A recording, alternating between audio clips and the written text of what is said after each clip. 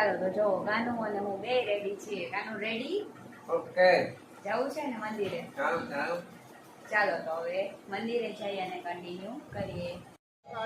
ચાલો તો આપણે ભૂતનાથ મહાદેવના મંદિરે પહોંચી ગયા છીએ. તો જઈએ હવે દર્શન કરવા માટે અને તમને બધાને પણ દર્શન કરાવીએ.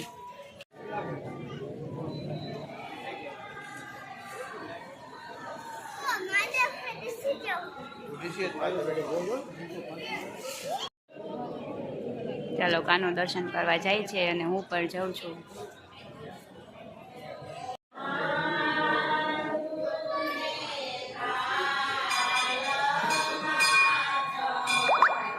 આ બાજુ સત્સંગ ચાલુ છે.